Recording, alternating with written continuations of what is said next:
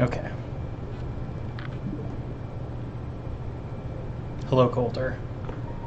How are you? Happy Thanksgiving.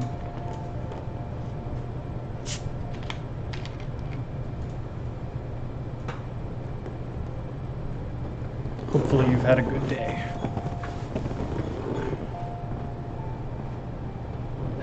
Age that calamity, yeah. I feel like that's me every day. The aging calamity. Nice. Mashed potatoes. Good choice. I have a food aversion to mashed potatoes because when I was a child, one of my babysitters, or nannies, force-fed me mashed potatoes against my will. I did not want them, I was not hungry, and was force-fed them, and so now I cannot eat them.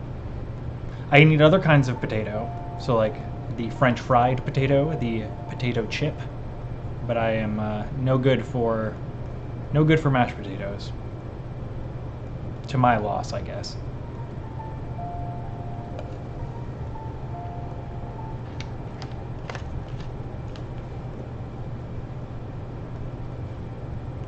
So, I already did the demo for Age of Calamity.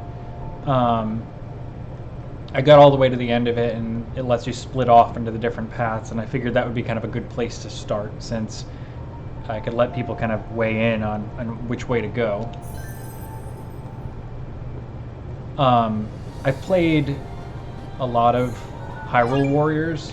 Like, I had it on the Wii U, and then bought it again when it came out on the Switch. And I really enjoy it because it fits in this nice place that doesn't usually exist in the Zelda genre, where like I can just go swipe the sword at stuff and not have to worry about the puzzle boxes. There are some things I like about this one that are different from the previous Hyrule Warriors. There are some things that are different that I don't like. The biggest complaint I've had after just kind of doing the demo is that the method by which you upgrade your weapons, upgrade your character, upgrade the marketplaces is very confusing. Whereas in the previous Hyrule Warriors, there was a really nice, tight user interface. So it was really easy to understand what was intended, how you were able to upgrade each thing. Like in this, I can kind of zoom in here. You can see, like, you can have the missions here. This one is a Lizalfos infestation. Now, the little icons are really difficult to tell apart. This one, I think, is just a regular old challenge, whereas this one was like a story mission. There are some that are upgrades for characters. They have these kind of little heads attached to them. These are both Link upgrades, I think. I'm not entirely sure, because in the previous one you had to upgrade your characters individually based off of the menu. You had to go into the menu and then figure out which character you wanted to upgrade, and then you dump in the resources, and it would just be pretty straightforward.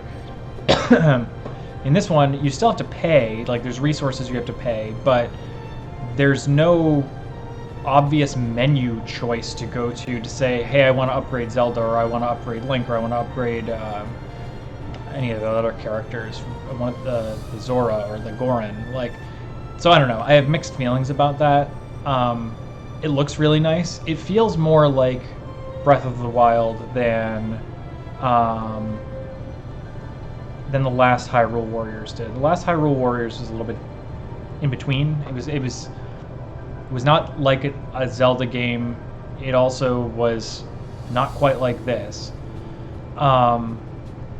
This one, the application of the specific mechanics from Breath of the Wild, the magnet and the ability to freeze things, the ice block, all of those things I think are pretty well integrated, and I kind of like the fact that there's a cause and effect where, like, if an enemy charges at you, you know to lift up the ice block so it'll run into it. Like, all of those little quality of life improvements are nice. I like the addition of the special weapons. I think the special weapons are more meaningful in this than they were in the previous Hyrule Warriors, where they were kind of like garbage. Like, you'd need them to stop a specific kind of enemy, but it never felt like it was organically part of the gameplay. Yeah, like kind of like you said, that they put it all on one screen. I see what they were trying to do with the map and trying to get people to feel like this was Breath of the Wild, that the map was meaningful in some way since it's not open world. But it doesn't really work as just a user interface thing. I mean, it's fine, I guess. It's convoluted. I don't think it's easy to recognize what's happening on the map or which icon is which thing. I don't really like the marketplace aspect of this, whereas in the previous game there was one marketplace and there was one blacksmith. Like, it was all consolidated. So, yeah, I don't know. It's mixed feelings about that. I'm curious about whether or not we're going to get a remastered version of Skyward Sword, which would be nice, especially if they added quality of life improvements to that game that were missing. Yeah, I didn't actually play the Fire Emblem one, unless you mean Three Houses, but I didn't play the Fire Emblem Warriors game. But yeah, I would like to see a remaster of Skyward Sword, a remaster of Twilight Princess. Those are both really good games, mechanically. Skyward Sword, less so, but good in a different way, where the puzzle boxes in Skyward Sword are excellent. I think that the dungeons are really well designed. It's the rest of the game that kind of is blah, because it was all linear. There's no real agency. You either go to, once you get to the place you need to go, it's just one straight line until you get to the dungeon, and then you can do the dungeon, which is fun, but the in-between portions are not fun. I didn't like flying around the map. That was kind of a hassle. We did get Groose out of the deal, so there is that.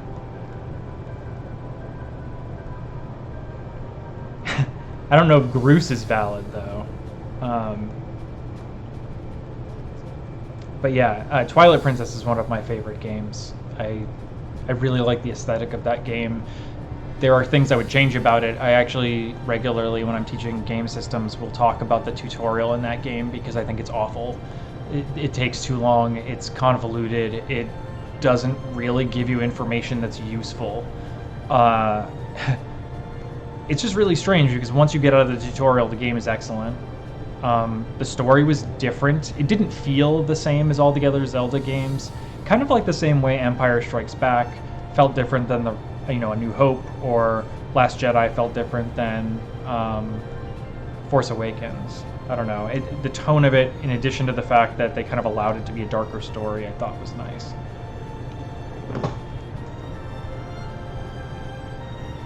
Oh yeah, Breath of the Wild's tutorial is excellent, because it's just do stuff, like go pick things up and do stuff, and that's one of the reasons why I really like Breath of the Wild, just in terms of its design, is even though the environment is not as rich as something like The Witcher 3 or even like World of Warcraft, I think what you gain is the ability to play with it the way you want to play with it, and everything it works the way you expect it to work based on what it is. That it's not confusing, everything is sort of intuitive. That whole first plateau is really good. So yeah, I would say Breath of the Wild is a really good example of Cog in practice. Like I like the idea of allowing people to kind of explore and find the affordances of different items and leverage them however they feel is best. Alright, I was going to zoom out again. Now, I hadn't decided where I was going to go. I was willing to take some advice on that. We have the Rivali with the Rito area, with all the bird people. We have the Gerudo Valley, where I'm kind of curious if you can unlock the gear that makes Link dress like one of the Gerudo women.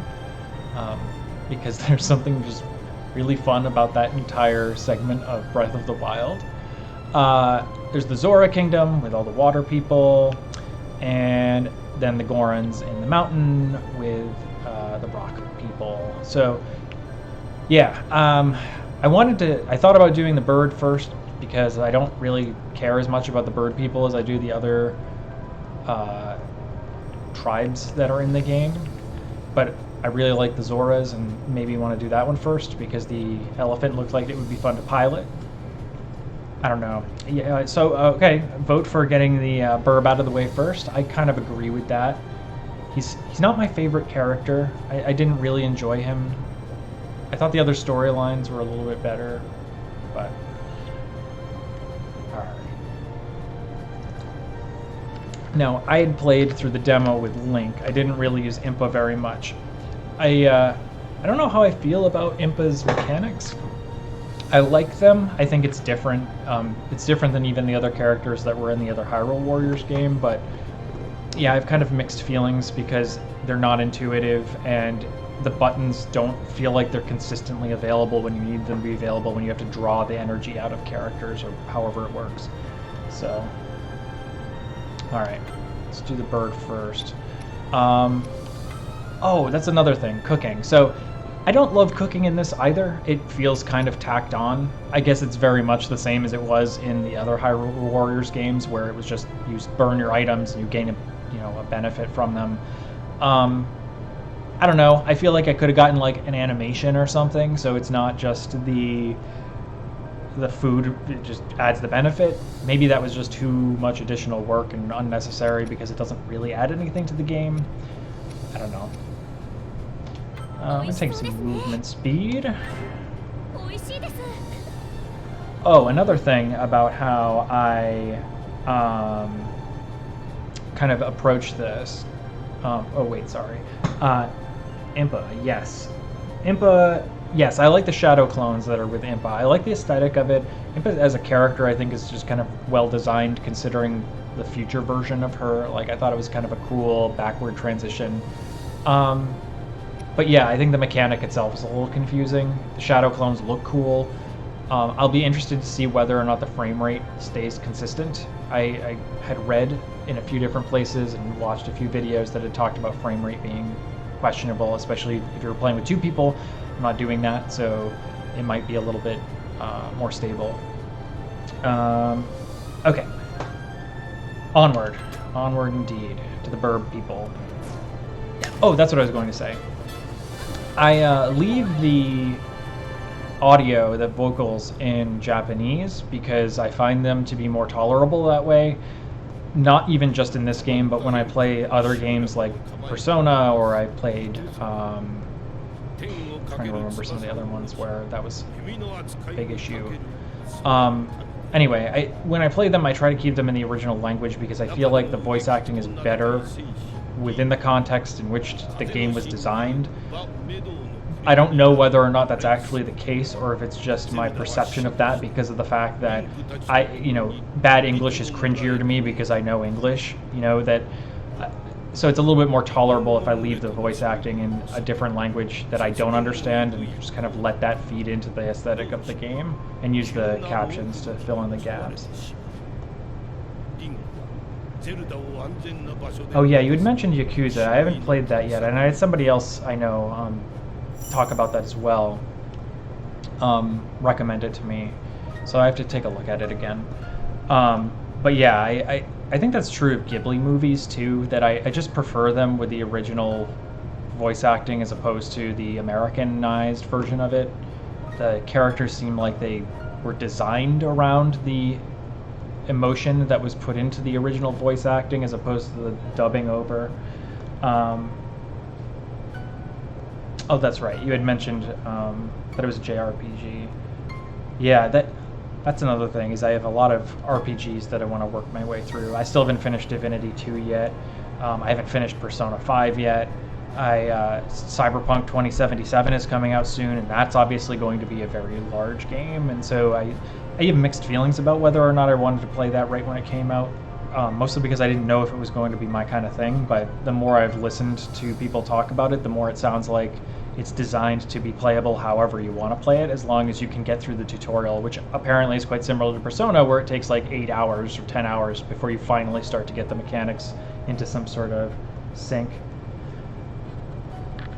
Yeah, I feel like I'm going to have to wait on that one. I have enough to do anyway. I have to write for our own projects, and as much as I would like to spend time playing other games, I should probably be working on mine.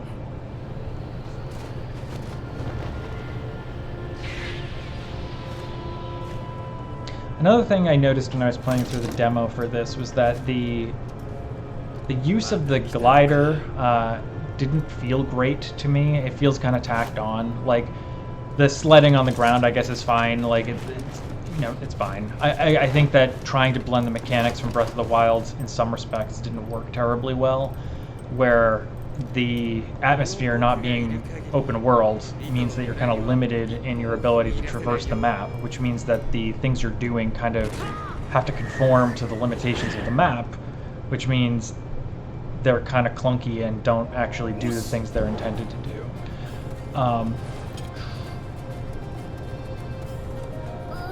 Another thing I noticed about this as well was that, this is when I was playing through the demo, some of the challenges where you have to fight X number of creatures, or beat them all before X number of time passes,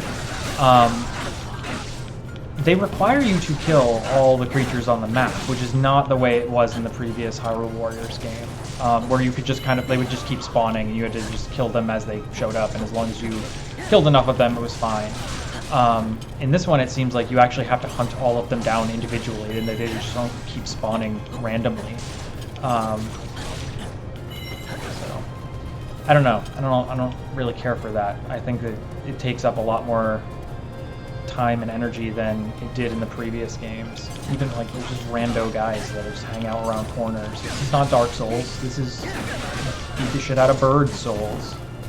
I would play that game.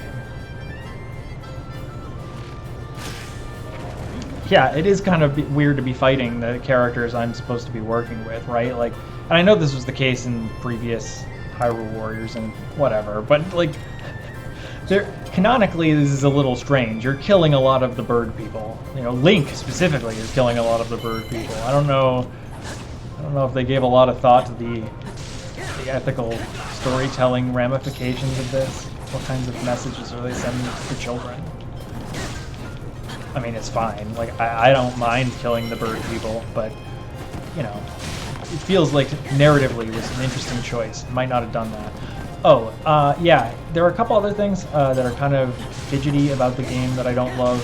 I don't love that items do not jump to you in the same way they did in the previous Hyrule Warriors, or that it feels like you have to get more involved with trying to get items. It doesn't work quite as smoothly. The environment being sort of destructible is nice, but it also makes me feel compelled to go look around every corner for everything, which is not how I felt in the previous Hyrule Warriors games. In any case, this is a good test of the hardware to see if I can get the Switch to stream smoothly while I'm teaching next semester. Originally, I was supposed to teach game systems, but there were not enough enrollees, and so switching to interactive storytelling,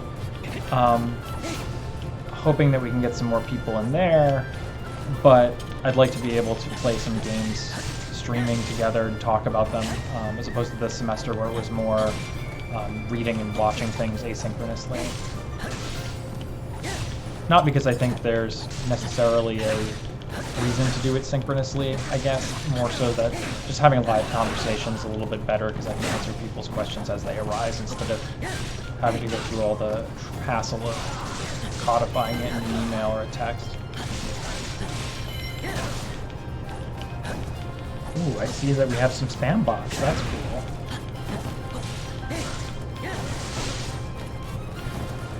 Yeah, see, so paraglider, there's no button that I can hit that just allows me to use it. Oh, crap. I didn't realize that that was one of the guardians of the, I guess, fort. I don't know what they're called in this. There were forts, or fortresses in the last one. Anyway, I have it set on very hard, which might be a bad idea while I'm trying to talk and play at the same time. But I'm willing to take that risk. Don't love the fact that it seems so much more difficult to wear enemies down, although that may be a function of me being low level and not having good weapons or anything yet. But Yeah, it seems like it's a lot harder to wear enemies down in this one than the previous Hyrule Warriors games.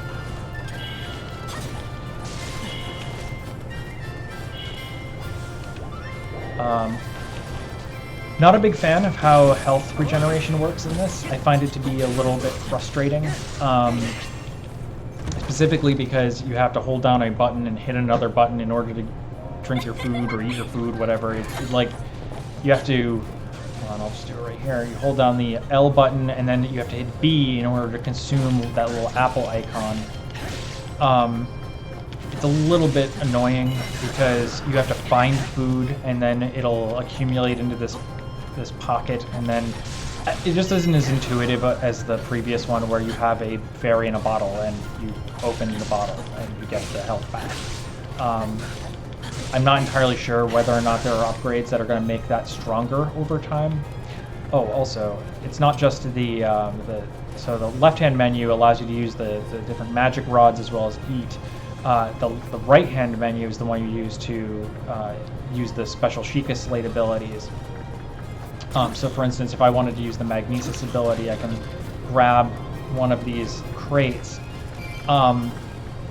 They sort of tried to keep the Sheikah Slate abilities working the way they did in the Breath of the Wild games, but they sort of create a predetermined animation and then explode or throw an item or whatever. So it's not really like you have control over those things. I'm not even looking at the map. I should probably figure out where I'm supposed to be going.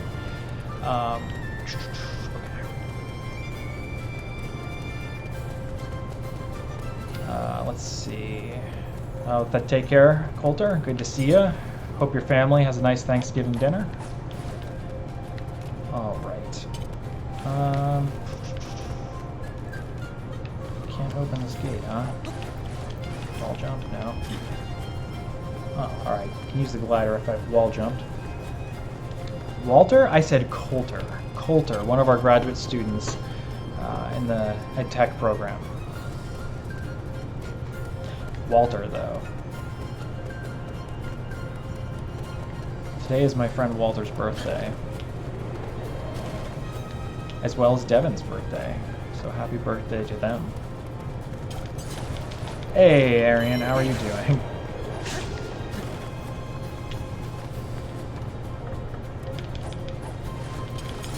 So yeah, I like the Hyrule Warriors games. Not entirely sure how I feel about killing the bird people.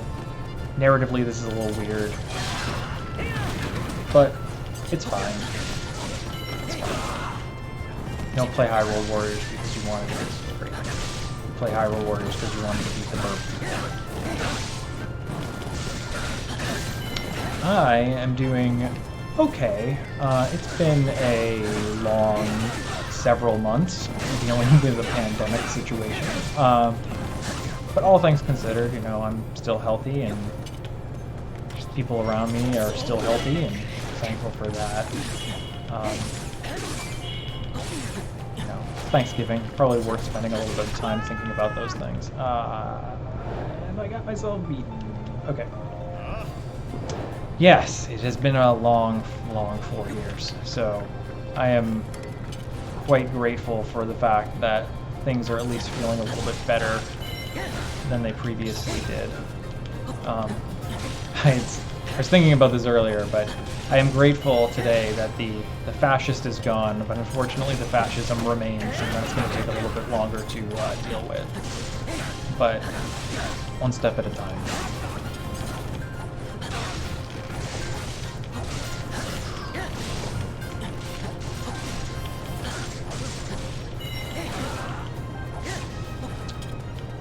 Probably should have done a little bit more research before I started playing, not on the game itself, but on kind of the other critiques of it. Given that I can use this as an exemplar for anyone else, any of my students who are creating their own videos about games this semester. Some of the critical reception, I guess, that I have come across echoed some of the things I was talking about, where it's just a little clunky, some things. What happens if I don't know what happens if you actually get the rabbit. Or the, whatever they're called, the owl rabbits.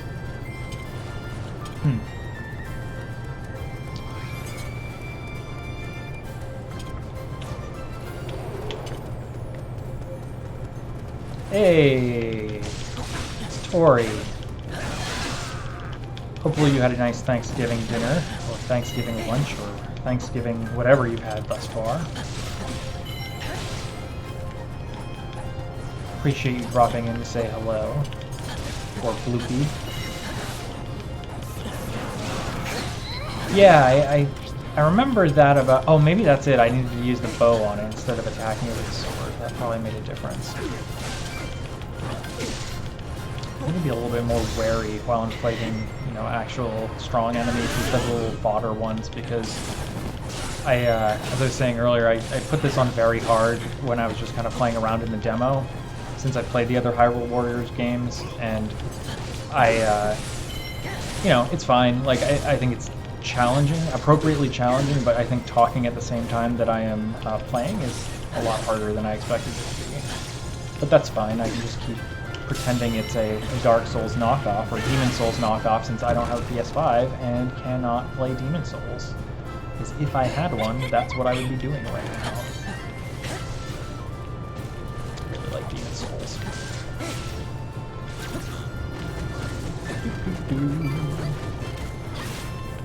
Alright. Yeah, I don't know if it's just that the rupees and items lag a little bit longer in this than they do in the other Hyrule Warriors, but it's a little bit frustrating because it makes me, it's unclear whether or not they're going to attach to me, and if they aren't, then I want to go pick them up, but if they are, then I don't want to waste my time. Yeah, still on PS5. I kind of gave up on that until there's the next round of them. I always wonder like how many they anticipate are going to be sold when they do an announcement, or if it's just a matter of they don't have the equipment, machinery, and engineering up and running to be able to create enough of them quickly enough.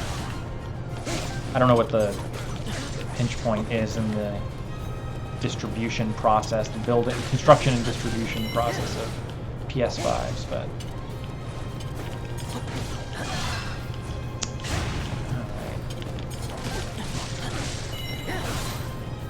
it does not speak well of these bird people that one person can go and take down their entire army. It's a little bit of a...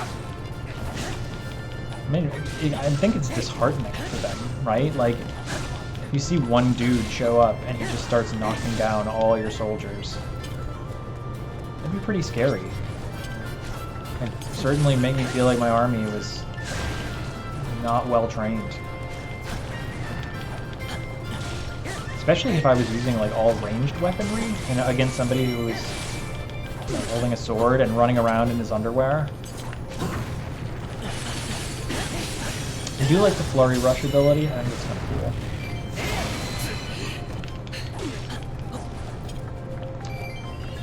Yeah, the PS5. I don't know if it's happened with the Xbox, or I don't know much about the Nvidia situation, but there was a big problem with people buying, you know, tons of them and then selling them or trying to scalp them, which sucks. It's like, the world is already dark enough right now. We don't need to make it a little bit more miserable for everybody by stealing the thing that might give them a little bit of joy. Again, I'm not really complaining. I can live without a PS5, and it's fine if other people have one. I am grateful for having the ability to play a Switch, because I know those are also in short supply, or had been anyway. Okay. I didn't notice whether or not I could fly off of there. That would have been probably faster. Wall jump. Yeah, I don't need a wall jump right now. I haven't figured out how to use my shield yet. Oh god, why are there water resolve flows? What are they doing down here? It's just like snowing, and now there's these two. Okay. So this is... Oh, god, no.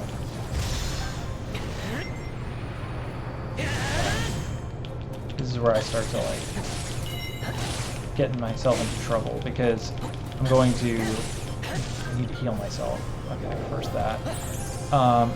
Now this is the only time I found the. Oh, do it right.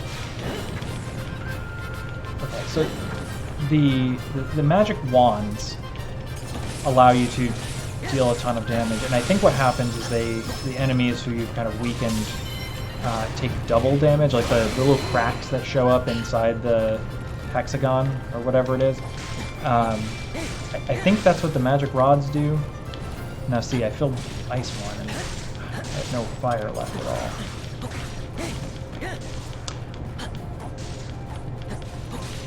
Yeah, I don't know what the inspiration for the artwork in Breath of the Wild was. I'd be kind of curious. I know there's an art book out there. I've almost picked it up a couple of times. I think a lot about the people behind something like this and all of the different skill sets it takes for something like Breath of the Wild to be built, and then what is this? Oh, is this oh. Okay. I don't know what happens when I rescue them. It's a Deku. What? I don't know. I don't know if anything happens.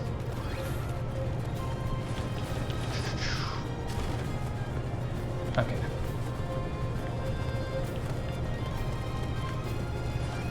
Oh, anyway, so about aesthetic and people creating stuff, like I get really hung up on the fact that like it takes so many people to build something like Breath of the Wild or something like Hyrule Warriors to be able to you know, put together that group of talented individuals.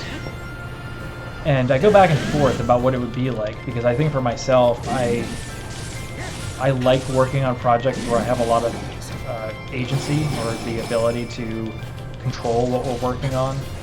I like not having to sacrifice ideas because there is a focus group that says you have to make it marketable to X person or X group of people.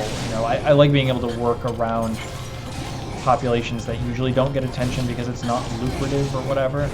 But I also think to myself, there's something rewarding about working on a game like Breath of the Wild, and that would be kind of cool to know that you built something in the game. And then I also wonder, like, do you grow to hate it because you've worked on that for so long and it's not fun anymore?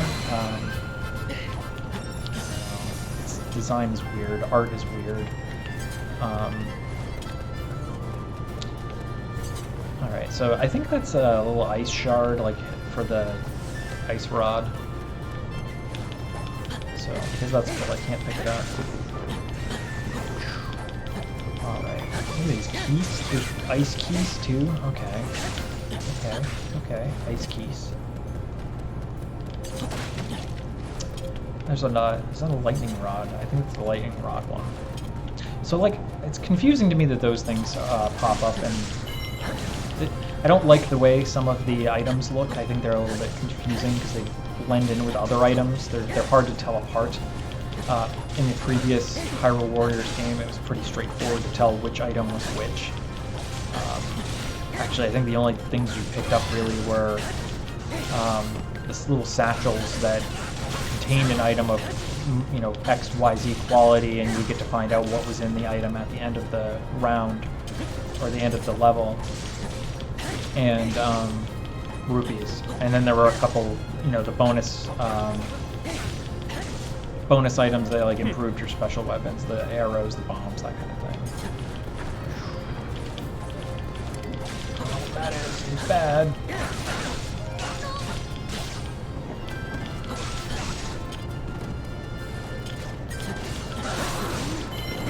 A lot of the things that are built into Breath of the Wild, I think Coulter was saying this earlier,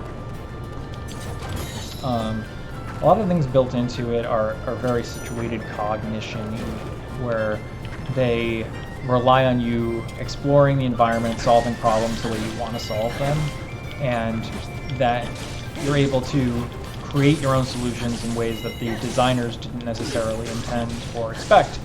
Whereas in this, you have pretty much predefined solutions, or at least these breadth of things you can do is limited. And so it's sort of a nice analog for, you know, the way that you think about cognitivism versus situated cognition, where if you're a cognitivist, you think a lot about how you put things into discernible packages, that you can curate them and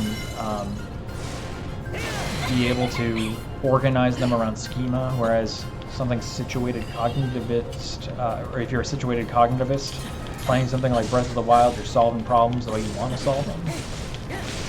It's a nice little metaphor there for head psych. Good to see you too. Thanks for stopping by.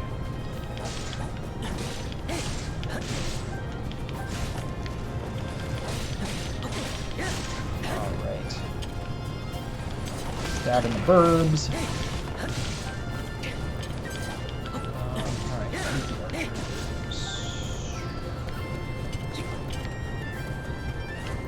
Again, a situation where I'm not entirely sure. Okay, I suppose I need to keep going along this pathway since they keep showing up this way.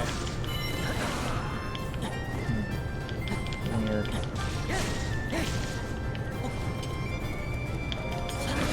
Alright. Slamming those birds. Like turkey on Thanksgiving.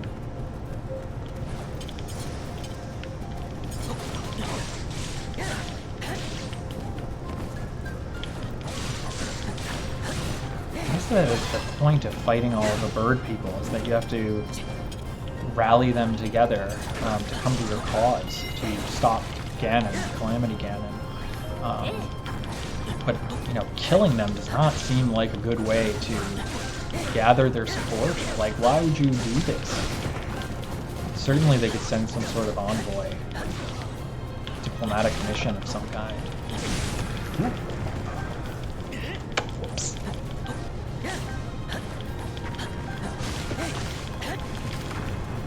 So originally I was going to do my demo video for my serious games class to showcase how I was kind of thinking about the Games Learning Society project we do.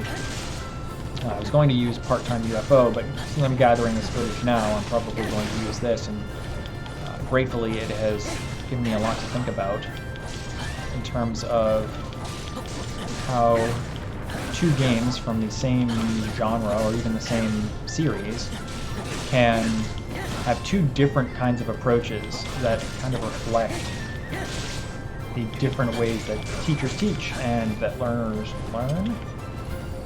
Memorization and schema versus problem solving through situations and finding affordances. Could look at it all as behavioral reinforcement, I suppose. You get reinforced by doing some things and not reinforced by doing others. Where am I supposed to go? Oh, stuck. Alright. Gotta get up there.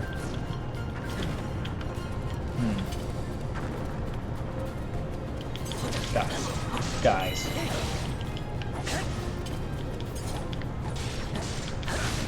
Alright. I wonder... Oh, I see. I have to blow up this thing up there. I wondered what that was for when I stopped by here earlier. Alright.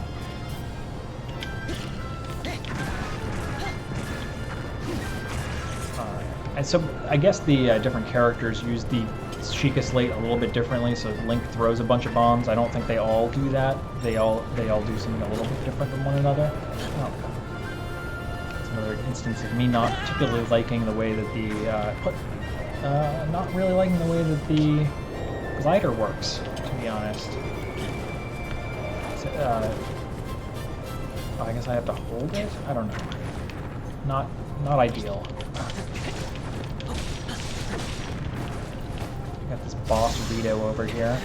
I probably should have made Link wear not just underwear, you know, since he's in the snow and all.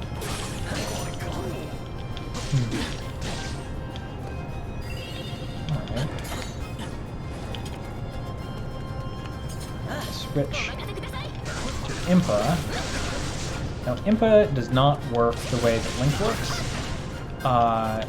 It's a little bit confusing in some ways because Impa, like, charges up these clones of herself. And I think you hold X. So you have to absorb these symbols and then follow up. And the symbols show up in the top left-hand corner.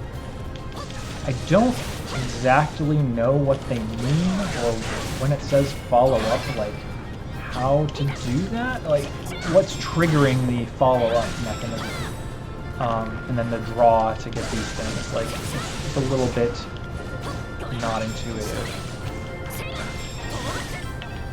So like I don't know if it's enemies that you draw from or it's the environment itself. And because the UI is a little bit clunky and confusing, it's not exactly clear. Alright, I guess this is I don't know if this will gather this camp for me. Okay, absorb symbol. Didn't work. No.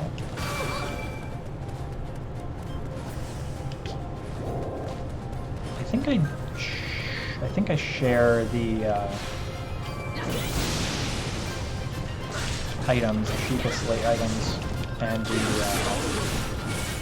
various special items with all the characters. So if you switch between them, it's the same set. I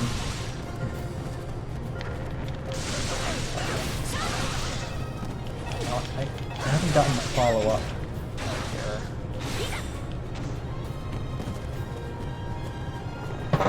Alright, first you have to put the symbols on enemies with ZR, then you have to kill the enemy. I see, okay, so... Oh, okay. That is helpful. I get that now. It's a little bit easier when you know what button to push, and I was not pushing it. Thank you.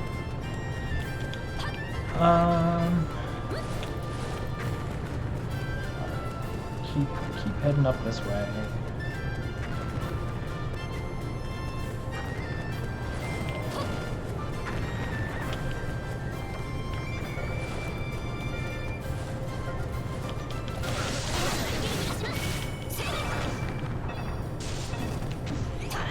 It does seem like Impa is incredibly strong once you get the hang of how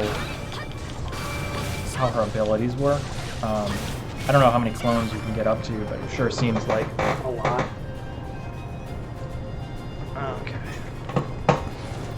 Yeah, I think the more clones you have, the more damage you do, the better off you are. Let's see. Okay, here's Link. What are you doing here, Link? Why are you just letting yourself get killed?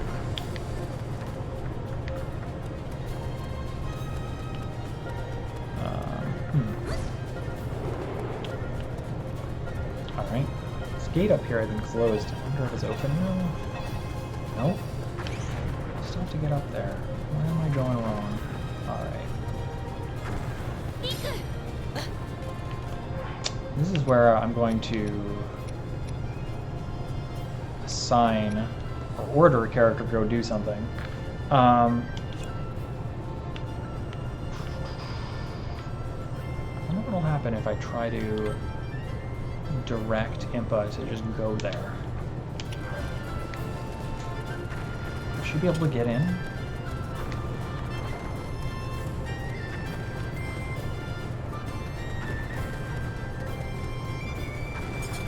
Alright, I'm just gonna follow Impa and see what happens.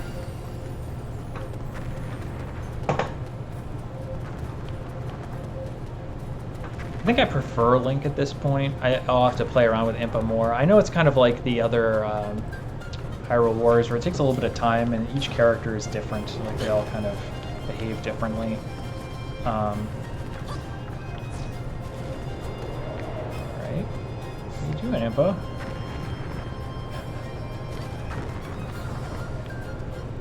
That did not work.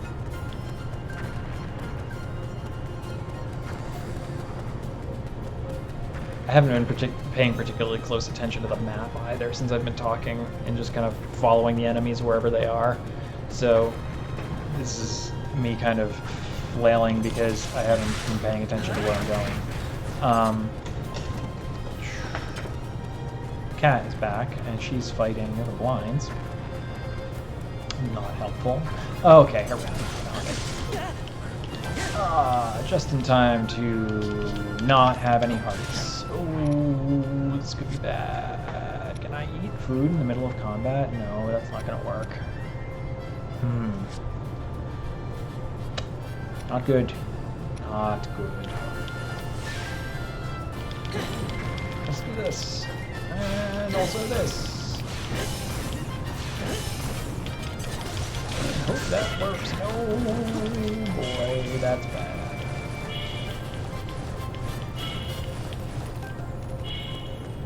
Man.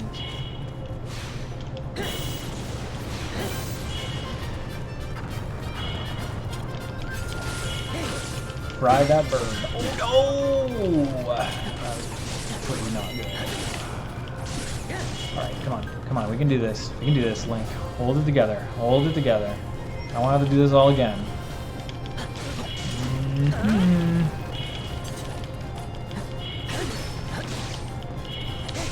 No! Bird person!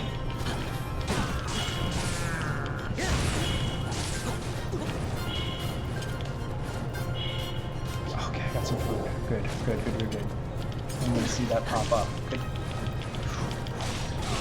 So this is kind of the, there are Dark Souls-y elements of this if you're playing it on a very high difficulty. Like, it's not technical, like you don't have to parry and riposte the way you would in something like Dark Souls, but there are kind of like sufficiently challenging. I think it's kind of a testament to the benefits of creating games with varied difficulty levels and levels of accessibility. Like, not everybody needs to play it the same way. It's kind of nice for me to have a game that's challenging, that, you know, pushes me because I played the other Hyrule Warriors games so much. But, like, I can totally appreciate why it's also good to make it as accessible as possible for other people who don't want to get their asses handed to them by bird people. Koroks, got some Koroks, got some electricity. Do a little bit of checking in here. Okay, the Dorito Captain. Not a big fan of this bomb arrow-y. I don't know what we call that. Try using this magnetic thingy. I find that often it's more trouble than it's worth to use the Sheikah Slate abilities unless you're specifically countering something. Specifically the Magnesis one. I have not found that one to be very intuitive or beneficial in the middle of combat. It's mostly useful for pulling up treasure chests out of the ground.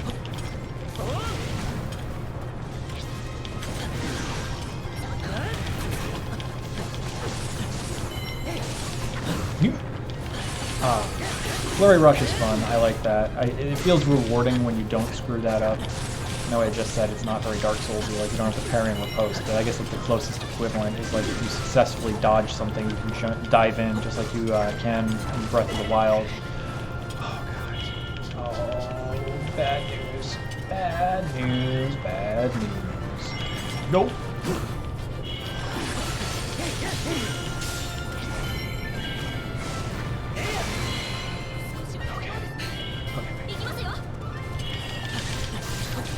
One of them went down.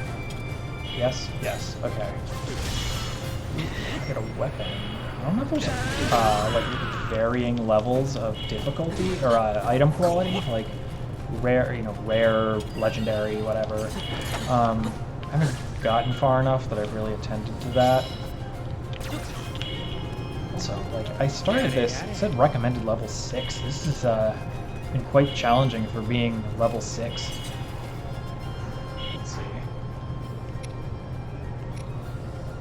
Okay, so like, I can't change out my weapon right now. I guess that means I can't even look at the weapons I've picked up, right? Oh, maybe I can. Yeah, here we go. Okay. I haven't quite figured out what combining the weapons affords you. Like, it adds attack power, but I haven't figured out I haven't spent enough time to really figure out how it's combining the abilities of each weapon that you put into it. This is another one of those things that was a little bit clearer in the previous Hyrule Warriors. When you would go to the blacksmith, you could pull out an ability and then exchange it and put it into the old slot. Less frustrating that way. Man, I'm like a quarter of a heart. This is not a good situation here.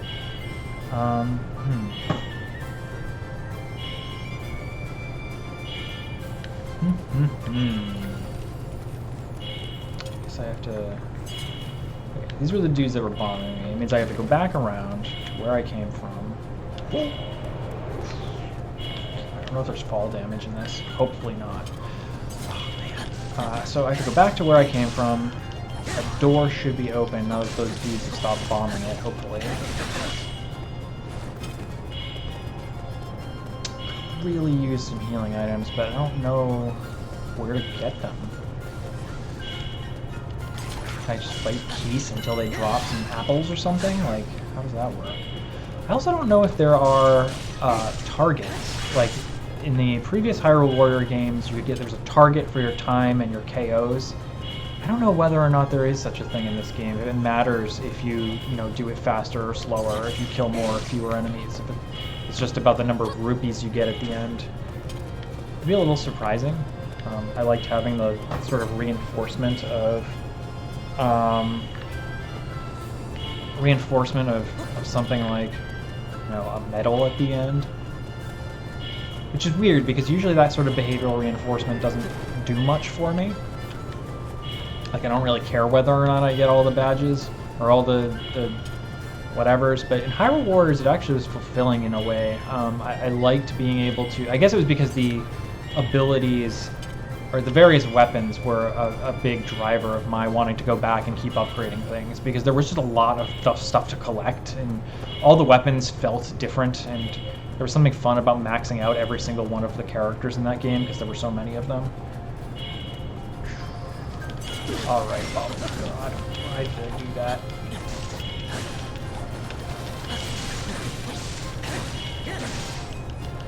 So, alright, flurry rush. I don't want to rely on my ability to dodge to save me, because I am really bad at that.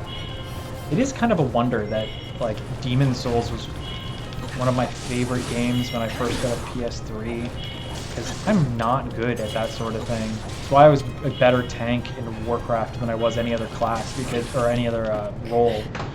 I just was really, really not good at...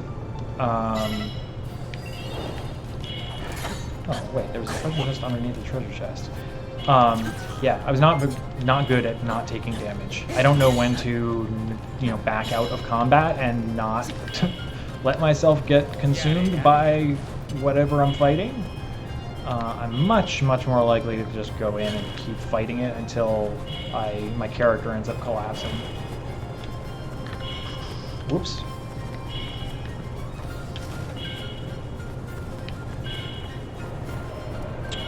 Thanks again to those of you who are tuned in. I'm just hanging out on this Thanksgiving Day, doing a little bit of physical distancing, trying to stay healthy. It's not great out there. A lot of COVID cases. Still a little surprised that not all the schools have gone virtual again, but fortunately, I have no say over such things.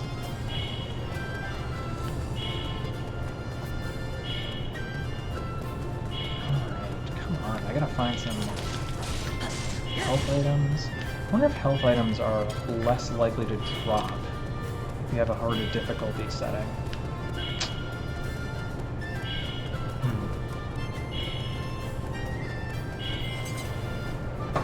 Yeah, are they, I don't know, are they actually planning to send you back in on Monday after the holiday? I don't know why. It's not even just your school. Like I know I've talked to a couple of teachers recently who are in that boat where their schools basically said, "Too bad, so sad. You're coming back." And yeah. Oh, hey, I think it's Andrew and Hannah. So, hello, happy Thanksgiving. And yeah, I don't know why anyone would be adamant about going back to school in the middle of the pandemic getting significantly worse right after everyone goes and hangs out. I'll share with you an anecdote. I know too many people who are not taking it seriously, and it is quite concerning because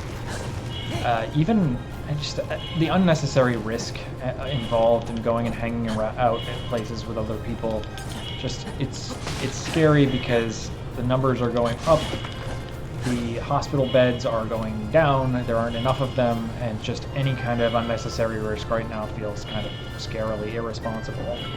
So like having schools open again, it's complicated because obviously you want children to have a place to go to learn. Like I think there is value in the notion of having them in school to be able to do all the things that teachers do and students do, but the risk just seems too high. And I know it's also complicated because there are several school districts that have said they haven't had cases linked to the school or that they've been contracted from outside the school, but I mean, I'm not entirely sold on the fact that it is safer. I don't know. It's complicated because we're caught in a system where there have been failures of responsibility at many levels of government and administration, and it's no one person's fault. Like, the system is not doing what it needs to be doing to be able to protect everybody, and I have really complicated feelings about that. Tricky. That's what I'm saying. It's tricky. Yeah, the reduction of quarantine guidelines is also staggering to me. Like, I don't really understand that. Yes, to answer your question, Andrew, it is Dynasty Warriors meets Zelda, although there is a previous version of this that was Hyrule Warriors, and it sort of leaned into, it was this weird sort of Marvel Cinematic Universe version of Zelda where you have all the different versions of the character, come into the same timeline because there's these portals that open up, and it was kind of silly, but it was fun. Like, I enjoyed seeing all the different portrayals of all the characters together. This one specifically is based on Breath of the Wild, so the mechanics are specifically designed around Breath of the Wild, and the character designs, all the environmental design is based on Breath of the Wild. So it's a fun game. I was saying actually earlier that it's an interesting reflection or a metaphor for sitcog versus cognitivism or information processing, sort of, because of the fact that in Breath of the Wild, it's designed, it's like a very situated kind of game. Like, the entire thing is based on the premise of you going around finding affordances of objects, experimenting with the environment, figuring out what works for you. There is no prescripted version of the game. Like, you go and do the puzzles the way you want to do them. Actually, I think one of my favorite solutions that I had to one of them was the obnoxious ball in the maze, and the tilt of the controllers, the gyroscope, didn't work really well, and so I ended up flipping the switch upside down and then having the board flip itself over, and then the ball was just on top of it, and I rolled it straight into the goal. And it was just it was a better solution for me than trying to do it the way it had been designed, and that's kind of how Breath of the Wild itself is just a situated experience, whereas something like this is really scripted. Like, you have to go in I don't want to say linear fashion. Like, you can kind of do the maps in the order you want, but the narrative drives you in a particular direction, and the mechanics are very scripted. Like, it's I don't want to say button mashy because it's not in the way that Smash Brothers is, but it is, 3 Ys and an X will get you, your spin ability, and it relies on you sort of memorizing those things and then being able to replicate that same pattern in different situations. So it's just a nice reflection of kind of the cognitivist version of Breath of the Wild versus the situated version of Breath of the Wild. And I don't know, maybe that's an unfair way to categorize them, but I do find that the kinds of exploration that you do in Breath of the Wild are different than the kinds of exploration you're doing in a game like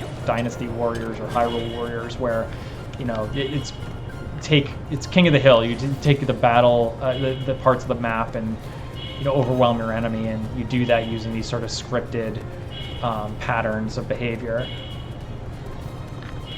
I'm interested to kind of know about your personal philosophy statement and how you're planning to weave the nature of Breath of the Wild into it, because the way that I is typically organized the philosophy statement is around everybody's specialization. So specifically because of the Two Summers program, where you have a bunch of people who are not necessarily teachers. You have instructional designers, and you have teachers, and you have training specialists in corporations, and you have medical experts, and we've had a couple of people who do law. I should really figure out how to get health back. And I try to organize the philosophy statement around the specific area of expertise of the student. So if you're a teacher, you would write your philosophy statement from the perspective of the teacher. If you're somebody who does game design, you would write it from the perspective of a game designer. If you're somebody who does, instructional design, maybe you're doing it through adult learning theory, and you're talking about how you work with people in your training environment. So I like seeing how people figure out how to talk about these things in ways that are interesting and relevant to them, especially considering the alternative is having them write a paper, and I get 50 of the same paper or 20 of the same paper, and it's just not interesting. It's not interesting for me, it's not interesting for them. I don't think it tells anyone anything about how people think and learn. It just feels very blasé. There's a better word for that.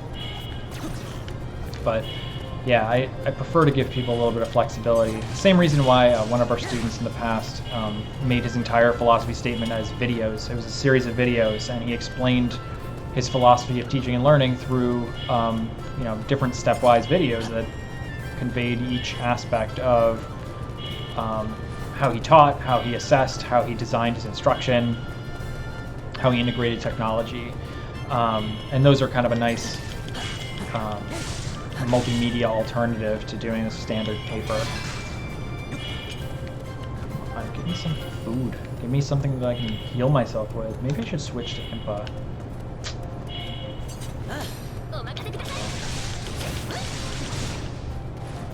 It's actually probably worth it to stay with Impa right now, because Impa will level up faster, because I think she's several levels lower than Link, which means she'll just keep getting healed as she levels up.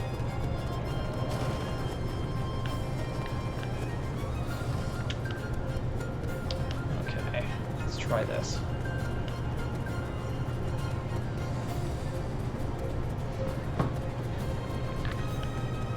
I'm also happy to answer any burning questions anyone has about any of my background, about games, about Star Wars, about anything, philosophy. Did not go well. Just took an arrow to the face. Never mind the knee. Okay, here we go. See, she leveled up too. Awesome. This is what I'm talking about. Saving myself by gaming the system. Or just finding creative affordances within the context in which I'm operating. What I just did.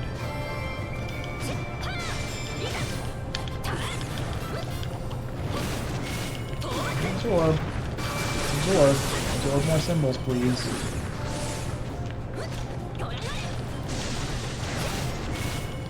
Alright. Yeah, this is why Impa seems so much more powerful than Link, is once you've got a bunch of these clones, you just start melting your enemies. So, as long as you can... I don't know what I just did. Oh, that was kind of cool. Yeah, as long as you can kind of get these symbol things going, you're good to go. Look at all these clones. The Clone Wars over here. Fighting these birds. Clone birds.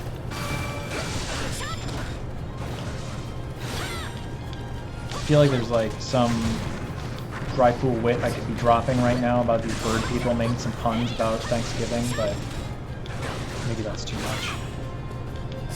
I'm also having a hard time coming up with good puns for these birds.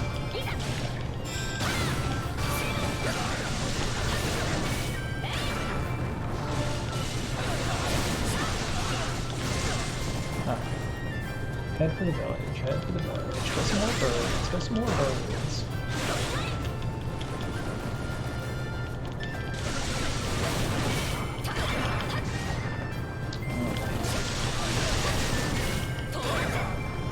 I do like these like bird laser beams that are the clone laser beams that I'm shooting at here. They are quite powerful.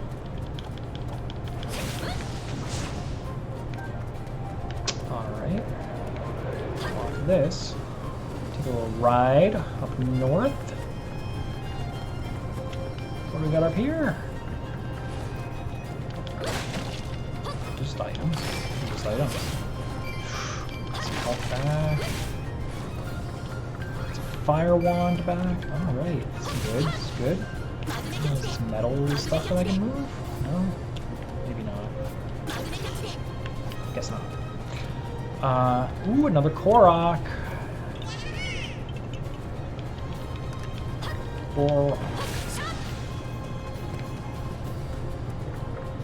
Haven't yet figured out what the Koroks do for me.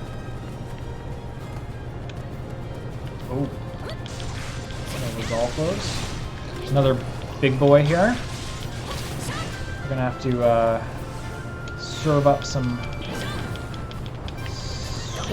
fireballs here.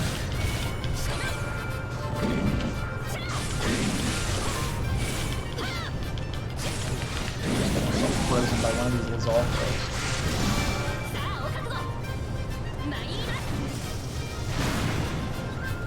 Cool. That ice moblin is... Oh, no. No.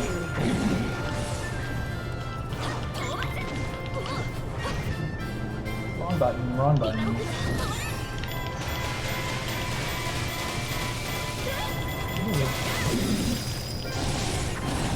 The freeze, time freeze ability is not one of my favorites.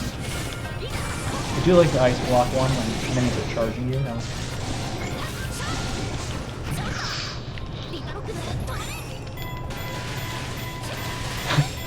That felt very much like a baseball bat coming right beside my head and stopping right before me.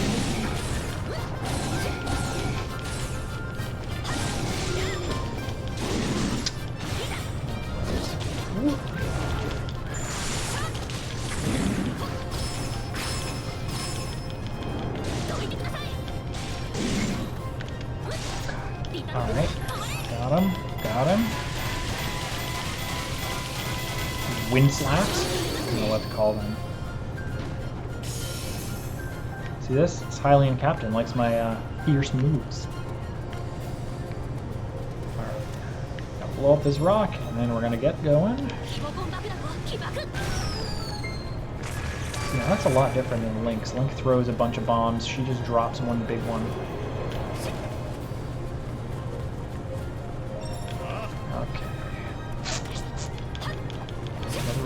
Captain pair here. That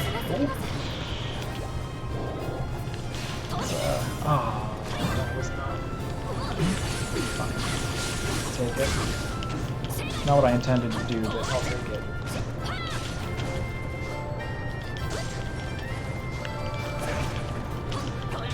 Absorb that symbol. Out of food again. Oh, that's bad. Oh, that's bad too.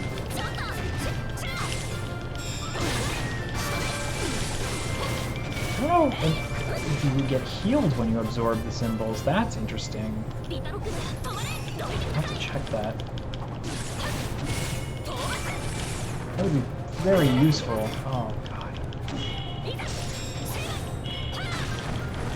Oh, I must have just...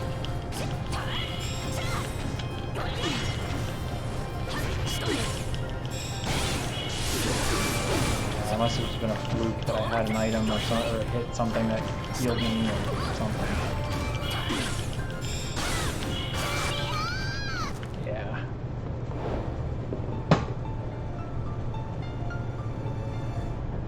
Yeah, I guess Dragon Ball Z, I hadn't thought about that, but I suppose you're right.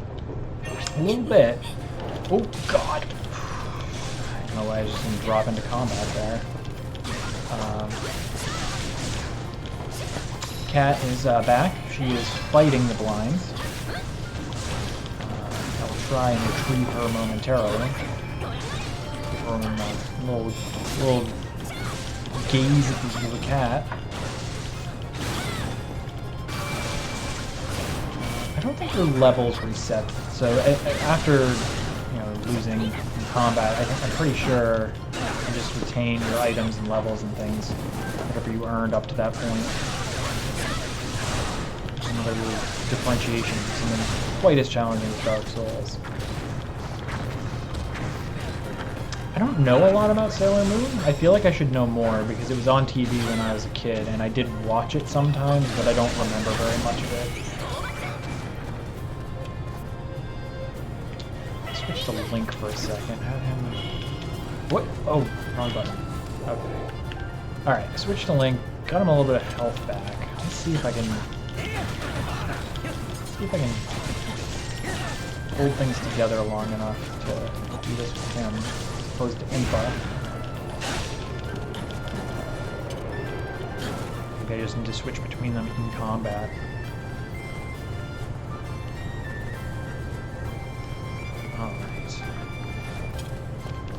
Hopefully you all brought some beverage of choice or some sort of pie with you. Enjoy the Thanksgiving holiday with some Koroks and pie. I have not had any pie today, just for the record. Usually we do chocolate cream in our family. And I have to fight my Uncle Peter for access to the chocolate cream pie. Because we can't decide who it belongs to. And you'd think that it could be shared, but that is a way to get your fingers bitten off.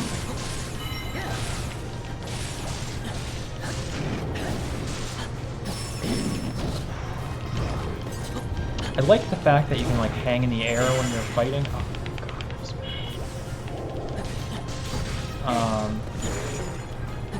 Kind of like gives this lag time that you can hang in the air and keep slicing without getting hit by anything. But I don't know how to trigger that, if it's just good timing or if it's one of the, I guess it's one of the different steps in the attack sequence.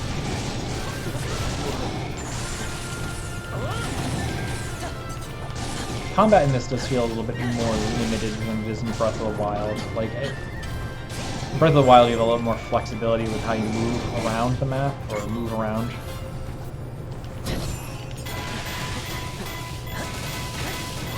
Yeah, more pies. We need more pies. I don't disagree. Unfortunately, I'm not the one who makes the pies. That would be my cousin or my aunt. And usually they end up making a couple different ones using my grandmother's old recipe. I am no pie expert by any means, nor am I talented enough to bake pies. I tried once, it did not go well. Not because like it didn't bake and look nice, it just tasted awful. It was just really bad because I tried to make a pie that was not made with Crisco or lard, and it didn't work. Like, the pie crust was like eating cardboard. It was really bad. Do not recommend.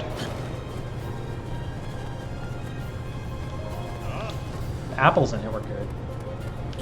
Like the cinnamon apples and sugar. Like, that was fine.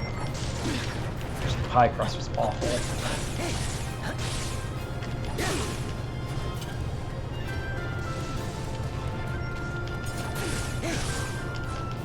So I'm still in the same map I started in when I started streaming. What time is it now? It's 4:15. I've been at the same map for 75 minutes. I think that's mostly a testament to my repeated failure, because of things like what just happened, where I get overzealous and then allow myself to take damage, and then I'm sort of boned like that. Yeah, it didn't work out quite as well as I had hoped. No, sad. Oh man, thank you for putting me back here, huh? I'm gonna drop the difficulty. I don't want to drop the difficulty though. I think I would rather keep failing and have it be difficult than drop the difficulty because I'm stubborn. It's actually generally my behavior when I play XCOM. I have a tendency to when I'm playing XCOM to save scum so that I can keep trying a level on the hardest difficulty until I beat it, which I guess is probably cheating. It's more fun that way, I guess. I would rather spend some time redoing the same level until I get it to work the way I want it to, than risk losing all my peoples. Also, XCOM's different though, because like your losses are permanent, sort of like Three Houses and other Fire Emblem games, which I do like, but I don't like the permanent loss aspect of it. I find it completely frustrating, and I don't like setting the difficulty lower because I like having the tension of knowing that I can't just start over again in combat. Like I can't get out of combat after like losing and then keep going. I like the fact that I have to find solutions to the difficult problems. It just also feels kind of cheaty. Not to be confused with cheaty, in case you're keeping score at home.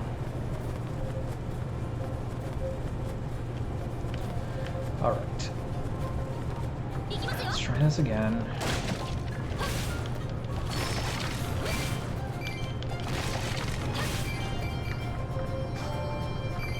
Now you can't get these emblems, these symbols off of nothing. You have to actually put them on enemies, it looks like. That's not great.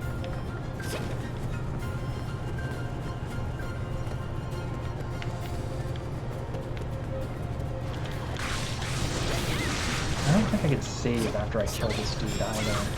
I think I have to just keep going. Uh-oh. Okay, good. I didn't allow myself to get hit. That was close.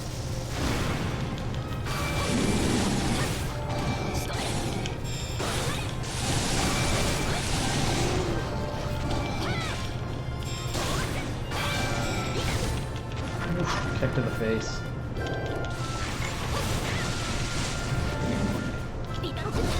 Freeze. There we go. Okay. There's only one kind of attack I can do while time is frozen.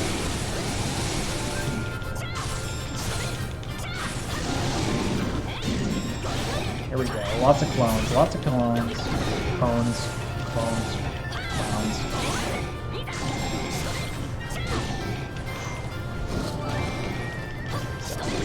Oh.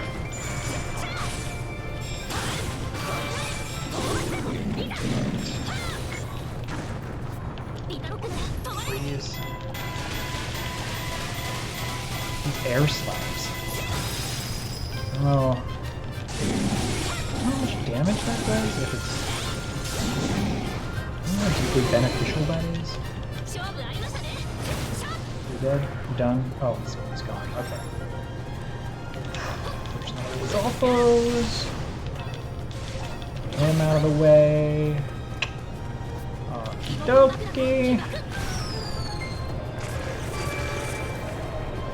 Now, I can't save state or anything, so I have to, like, not get hit by these guys. Which I'm not confident in my ability to do. Not with both of them there.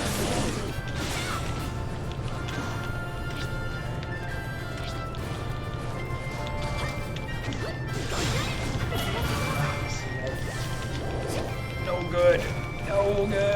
I got 2 clones. A little better.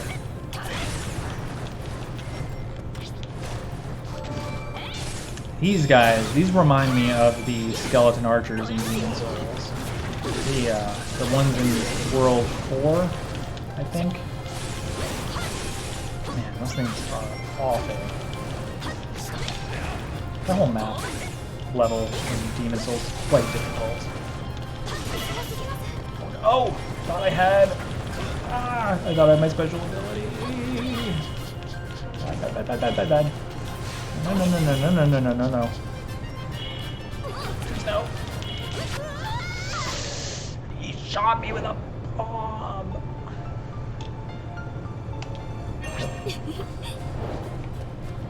Man.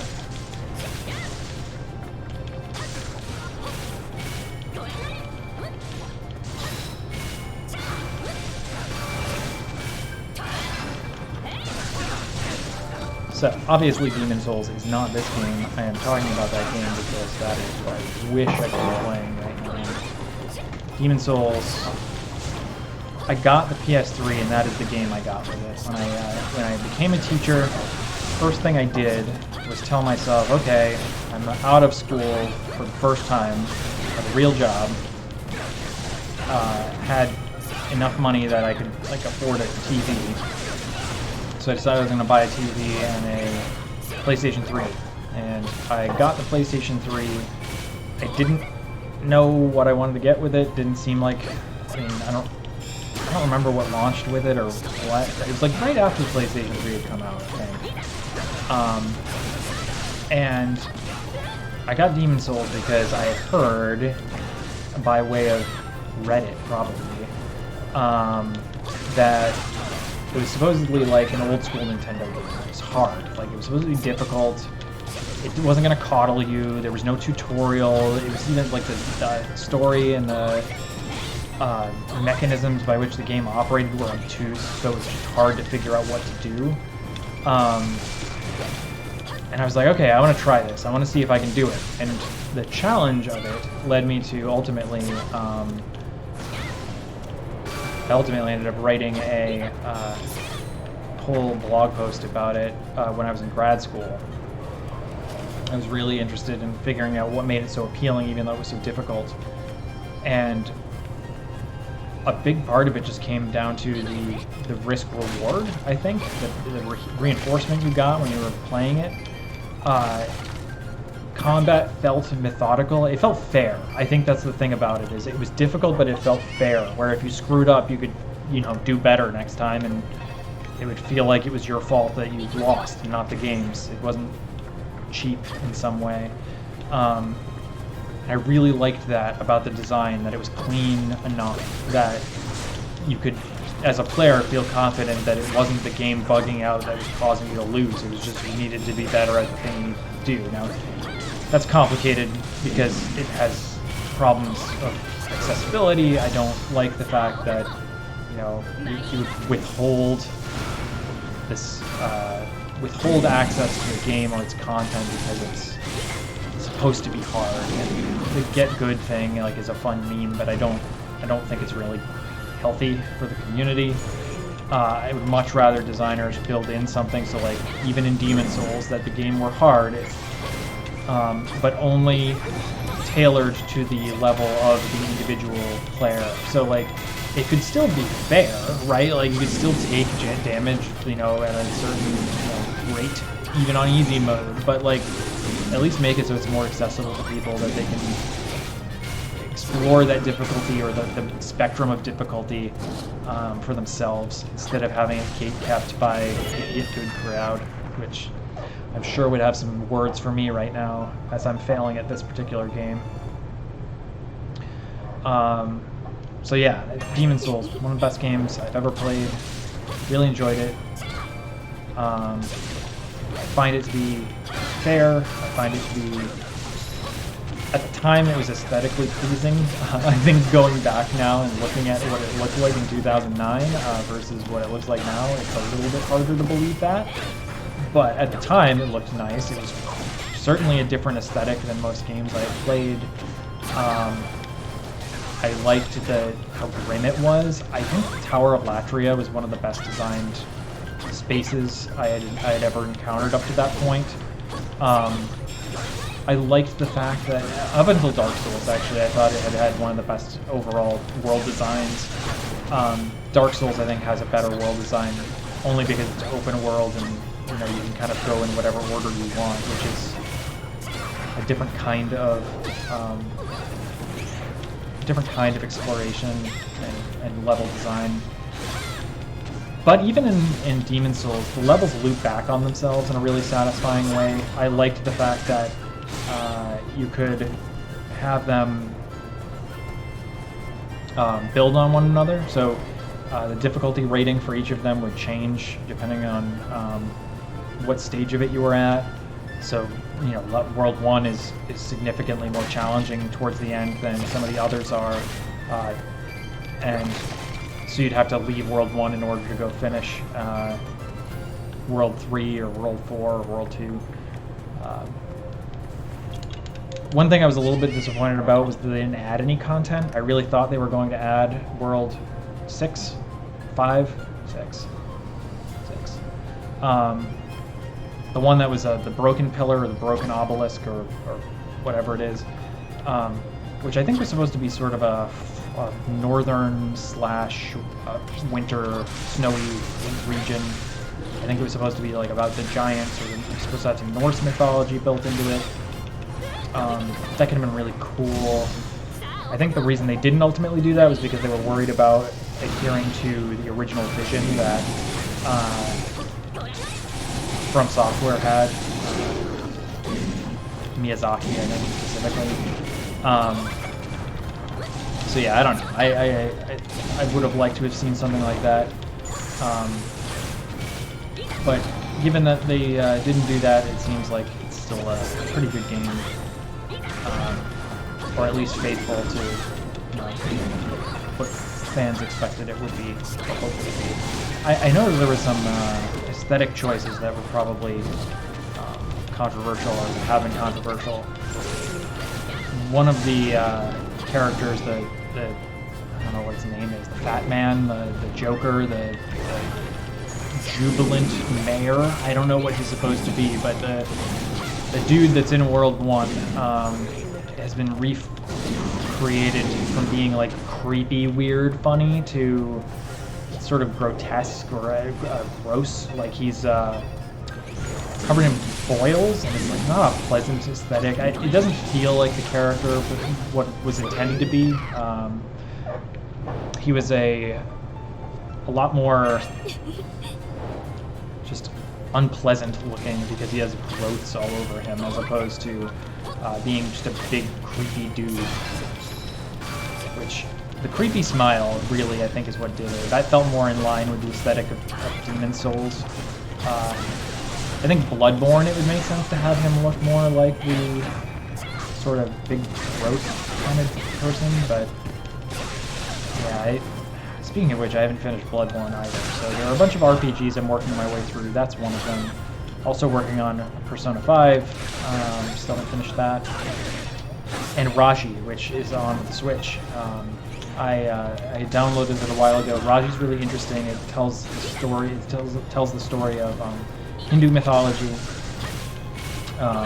and focuses on. It's designed by a group of folks who are from the Indian subcontinent, or culturally related to the Indian subcontinent, and so they told their story the way they wanted to tell it, and I thought that was really cool because for once I didn't have to get another retelling of Greek mythology by white dudes. So yeah, Raji's really good. I would recommend that if you haven't tried it. It's different. Like it's sort of like God of War. Speaking of kind of like Greek mythology, but the storytelling is very much focused on specifically a girl and her quest to get back her brother who was taken away by monsters, and it's a really well designed little game. It's a small indie studio. They did a really nice job with the aesthetic. I think that my favorite part about it is the puppetry they use. So the story is told partly through the gameplay and the way that it the primary game aesthetic but they also do storytelling or narrative development through this sort of puppetry, and they're, I guess, paper puppets that would be sort of marionetted, and they're really satisfying to watch. I think they were a really good mechanism for conveying the story without having to create like these sort of realistic-looking cinematics or something. Like, I just thought it was a really clever idea for conveying the goals of the story. And yeah, there are a couple minor quibbles I have with that game. I don't particularly care for that one particular visual for one ability. It's like a lightning trident ability. I find it to be a little visually discordant with the rest of the game, and it seems inconsistent in how it operates, like it glitches a lot, so that is one that isn't great, but overall the rest of the game, I think, other than a little bit of frame rate drop, it's really good, and specifically the narrative. You know, I think they developed that. I don't know if it's a Switch exclusive, or if that's was temporary, but it definitely was a good fit for the Switch. It felt like it belonged on this system.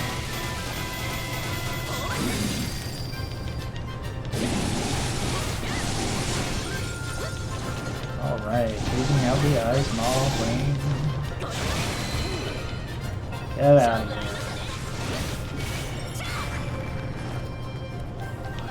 If I were smart, I would have been gathering more clones while I was doing that.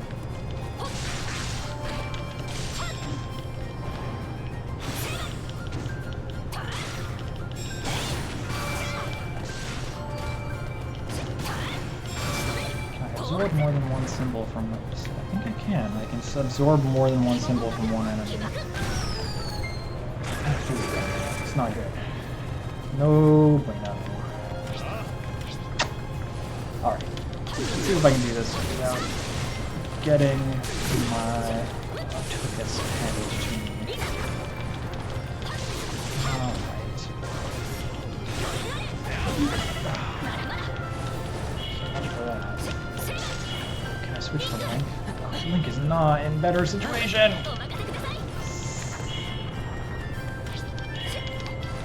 Guys, stop. Come on.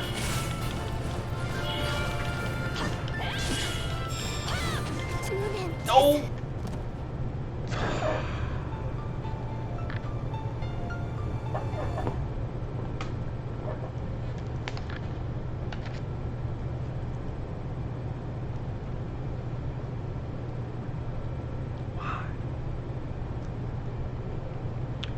Alright.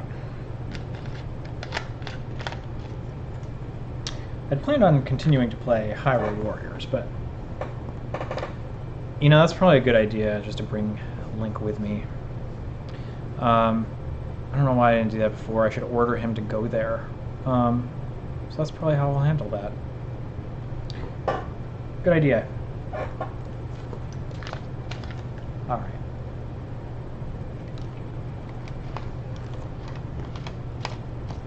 I brought the crew with me today. This is the stuffed animal crew. I got my squishable plague doctor. We got a Pikachu over there. We got our Pusheen cat, and then we got our Waddles, rather, from Gravity Falls, and the Captain Rex helmet.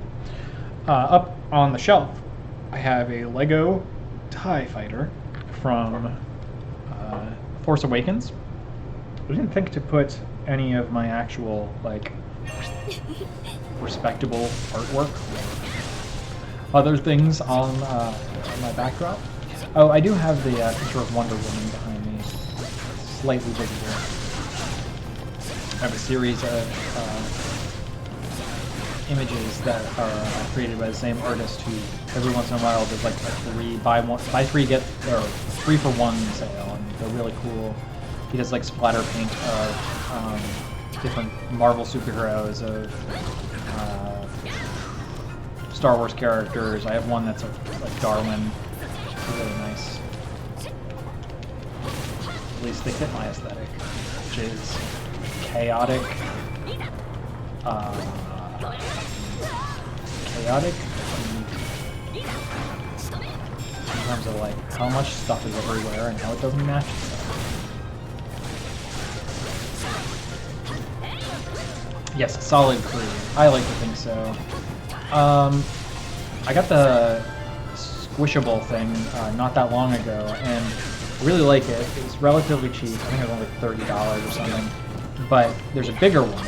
It's like 5 feet tall, and part of me wishes I had that one, but I know it would be wasteful and unnecessary. But also, it's just kind of funny. The idea of having a 5-foot tall plague doctor. I could get that one and have the smaller one and call them my plague doctrines. Have them follow me around the apartment.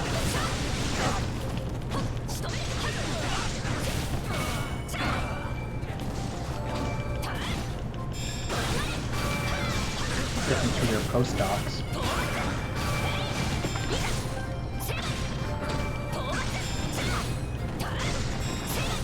So I don't know what happens when I get to all 3 symbols. If I spend them, if there's a sort of bonus.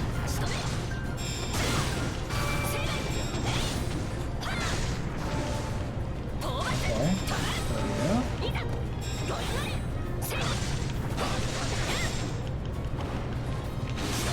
In some ways, this mechanic reminds me of Monster Hunter. When I played the DS version of Monster Hunter, which I don't remember what it's called, I used the Kinsect, which I still think is a neat idea. I think I'm too clumsy at it to be successful with it, but I liked the fact that it required you to sort of be creative in how you approach monsters, where you strategically hit them in the right place. Oh, your A special changes. Interesting. Okay. I'll have to remember that.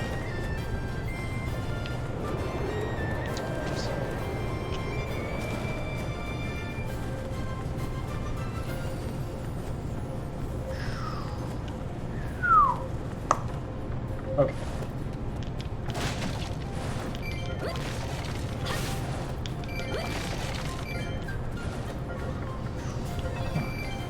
Did I not read that? What? Oh. There we go. Oh yes, Monster Hunter and the Kinsect. So like I really liked the mechanic of the Kinsect. I liked that you had to specifically target monsters. I was just really clumsy at it and not good. Not very good at hitting the right part of the monster in order to keep the bar filled. Mostly because it's time-oriented. Like, I think my ADHD is probably worse for me in Monster Hunter than I think, because I get distracted by stuff that I probably shouldn't. And so I think I'd probably be better with the Kinsect if I didn't get so easily distracted and had better aim. I'm not good at anticipating where things would be. God damn it.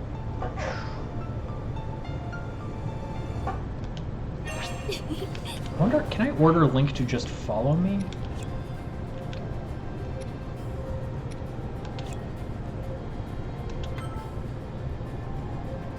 Right? Like if I just put him on info, he'll follow info, right?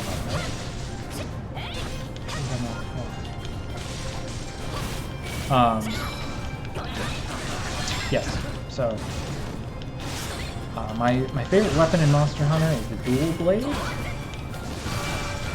find them to be quite satisfying to use.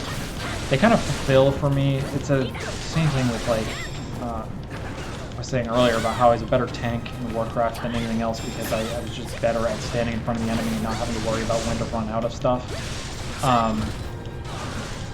But I liked the idea of playing as a rogue. I really wanted to be good at rogue. I was just really bad at it. And so Monster Hunter kind of filled that niche for me. I was able to get the roguey experience without having to worry so much about disappointing people in the middle of a raid when I inevitably got us all killed by doing something stupid.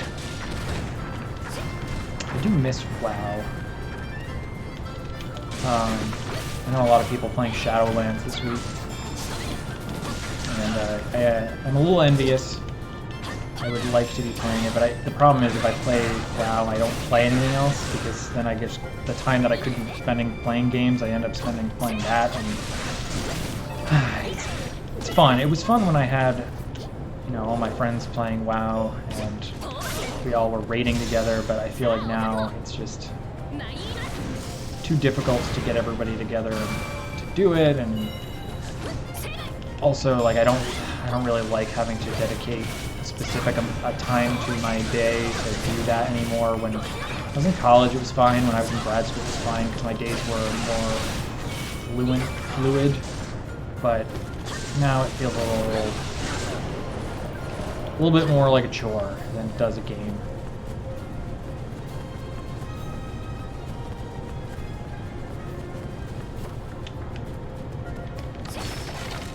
That said, I do wish I were playing Shadowlands because it seems like a cool expansion. It does seem, though, that like Blizzard is all over the place when it comes to expansions. Like, every other one is decent. I haven't played since... I played during Legion. I didn't raid for very long. I got through the Emerald Nightmare. I don't think I got to whatever the next stage was after that, the next tier. Really remember what the next one was. So the peak of my WoW skill was certainly Wrath of the Lich King. That was when my friends and I were all in our own guild called Death Star Orphans. The joke being that they were the orphaned children of the stormtroopers killed when the first Death Star exploded. And so our motto for the guild was "Daddy TK421 isn't coming home tonight," and we actually did a pretty good job, all things considered. We were a top 20 American 10-man only guild during Wrath of the Lich King, and we got some server firsts for different kinds of achievements, and we were a good crew at the time. I miss that group of folks. Thankful for them and hope that they're having a good Thanksgiving wherever they are. Some of them I haven't talked to in quite some time, but we were a close-knit group of friends, and it was the same group of people that, for the most part, that I had successfully done tier 0.5 with during the original WoW Classic before Burning Crusade came out. Some of whom we had met during Burning Crusade, and who we raided with in Sunwell, which is also another raiding highlight for me. Was when we were in that particular guild and were able to successfully get to Maru. I don't know if we ever beat Maru. I think maybe... No, we didn't beat Maru until after the expansion had already come out, so it was had been nerfed a little bit. But yeah, we... Link over here this time so I don't forget.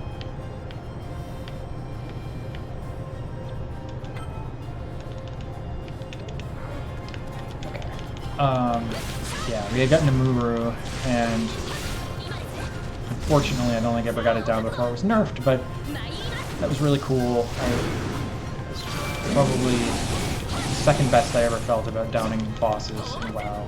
That was when I was in that guild, which is not Inspire. I'm trying to remember what the name of it was. I'm surprised I can't remember right now. I used to play on Dark Sphere, which was a, I think, Mountain Time server. It wasn't actually easy.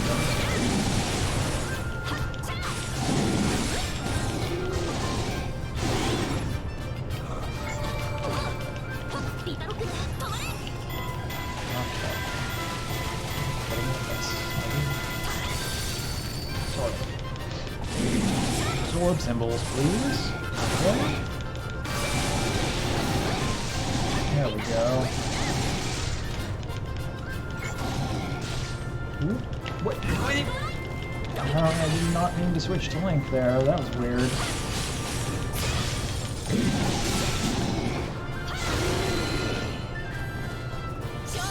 So it's interesting that the enemies in this behave like bosses in the other Hyrule Warriors, where like when you knock them down, they like lose a ton of their health. I don't know entirely how that works. I guess they're just like mini bosses as opposed to the full real deal. Let's try this. Also, while I'm at it, I'm gonna heal Link. Okay. Hopefully this will be sufficient. Now that I have Link with me and he's not like over on the other side of the map. Maybe you can hold down the fork here for a little while so I don't get my ass handed to me again. No! Oh, come on, man. It's for birds. There we go.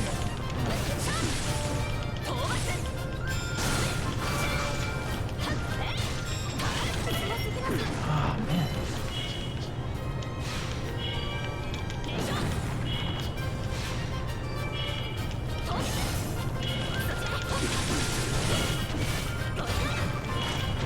These arrows that they shoot that spread out are huge pain.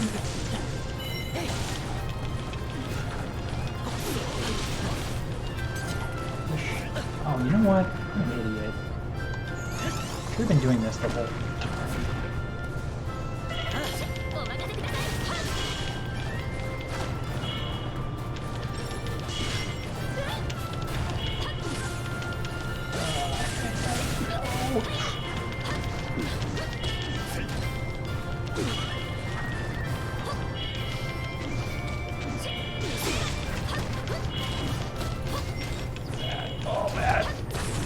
So bad.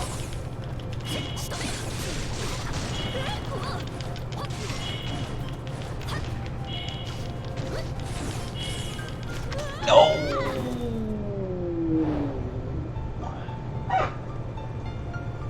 Lonk. Why didn't you save me, Lonk? Well. All right, let's see. It is now 4:48. I'll try this once more, and then I'm going to take a break for a while. Thinking maybe later, if other people are around and want to do something, I can probably queue up Jackbox and do some team games, or find some folks to play Among Us. That would be fun too.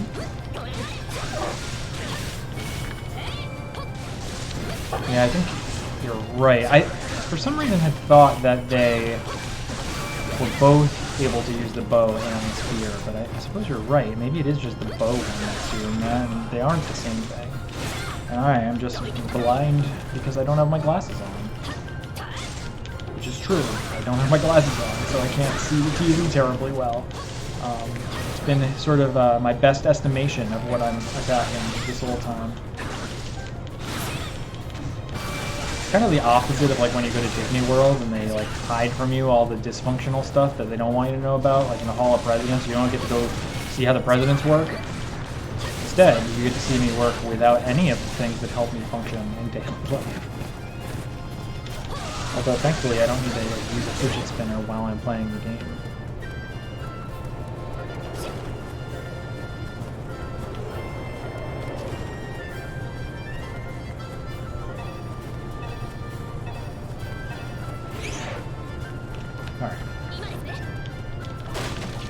Yeah, I'm gonna get this one last go. Maybe you can pull it off.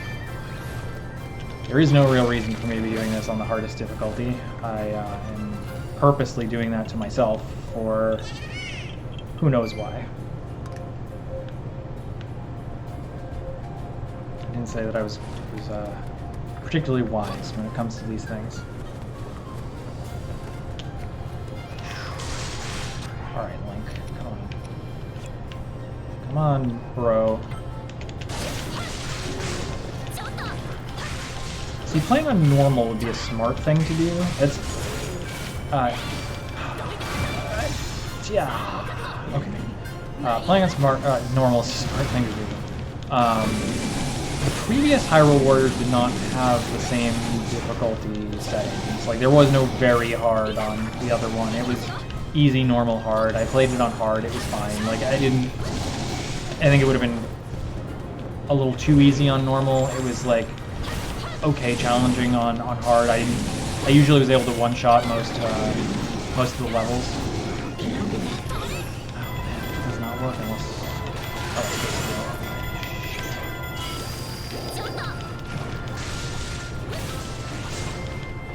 But yeah, there was no very hard. It was just like normal, easy, hard, and you know, hard was most of the time I was able to do it in one try, sometimes 2 or 3, depending on the particular thing I was trying to do.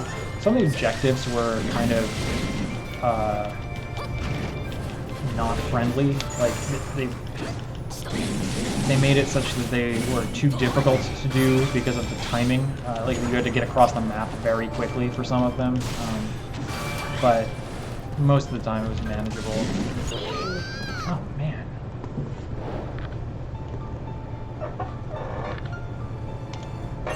Okay, I lied. I'm gonna try it once more. See if I can at least get to the bird people.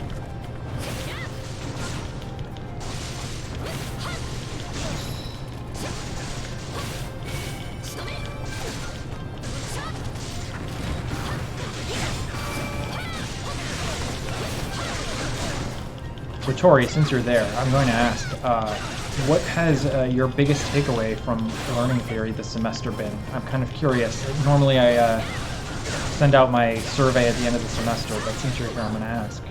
Is there a particular module that has been meaningful, useful, caught you off guard in that you learned something you didn't think you were going to learn or weren't expecting?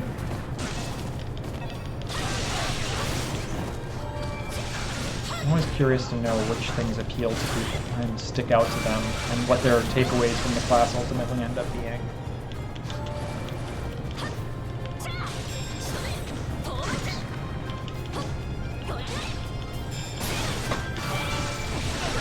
I didn't realize you were on mobile.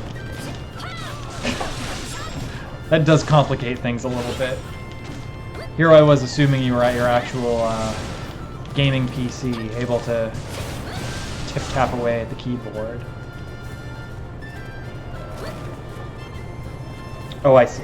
You're splitting your time on the desktop.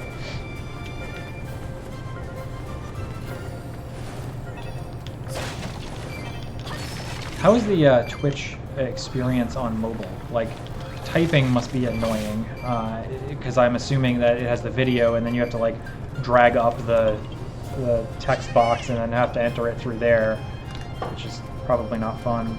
Yeah, pretty garbage? That sounds about right. That's unfortunate. You know, I wonder if part of this too is that I'm using weapons that I'm just not... I shouldn't be. Like, maybe I should be upgrading stuff before I'm attempting to do this.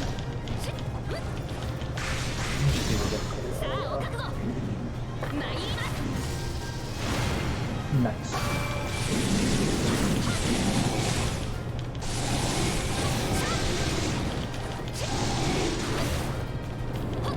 Yeah, see, I'm playing on the TV here, which I got a new TV last winter. It's kind of like a Christmas present to myself. It was when the Game 3 came out. Because the old TV, my plasma TV, was 10 years old, almost 10 years old, and the burn-in was getting pretty bad. Like, it wasn't bad until you had white backgrounds or light backgrounds, but then it would turn magenta and it was just not good. And so I wanted to be able to play green on the Switch without having to worry about it being ugly, because the entire point of the game was sort of its aesthetic. And so I decided to buy a TV, and ultimately got a Vizio P series. I think it's the P series. But it's been pretty good. It's got a really good resolution. It's a 4K. It ended up being really useful when I got the PS4 back in April during the beginning of the pandemic. It was kind of my pandemic gift to myself, was saying, well, I'm going to be home, I might as well play the PlayStation and catch up on all these games that I wanted to play before PS5 comes out, including things like Persona and Spider-Man and a bunch of other stuff. Final Fantasy Remake, which all of which were good and worth playing. I'm glad I played through them. I think you got batted in the head. I don't know if you can get back up. Anyway, yeah, I thought it was worth it. I'm glad I got the PS4 since I got those experiences, and especially because apparently you can port your games as long as you get them digitally to the PS5 once you get it, which is a relief. If I didn't have that, I'd be kind of peeved, but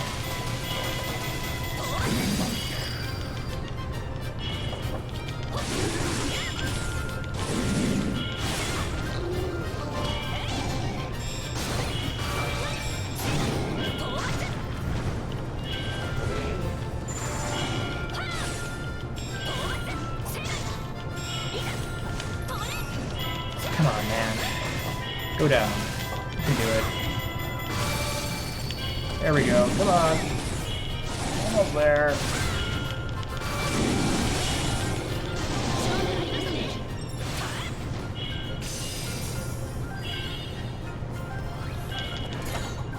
Come on, level up or something. Gosh. Okay. I'm wondering if I go this way. I can't get over there, though.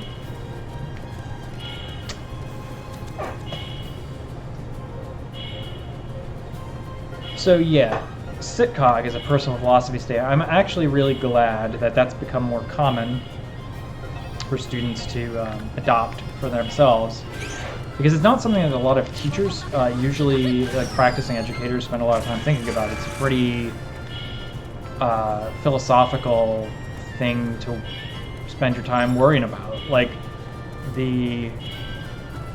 we're so ingrained in this culture of mind-body dualism that it takes a lot of time and energy to really divorce yourself from that worldview and think about it in different terms, and understand that. I'm just going to try skipping these and see if there's something up ahead that I can get for like health.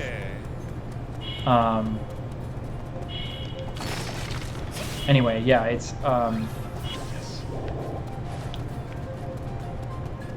wait, I didn't even have to fight them?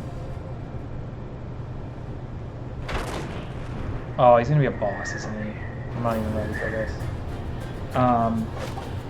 Anyway, I'm glad students have kind of adopted sitcog because I think it's a more parsimonious way of thinking about the way the world works. For me, it's sort of a grand unifying theory of cognition and behavior. Actually, one of the reasons I kept talking about this stream as including discussion of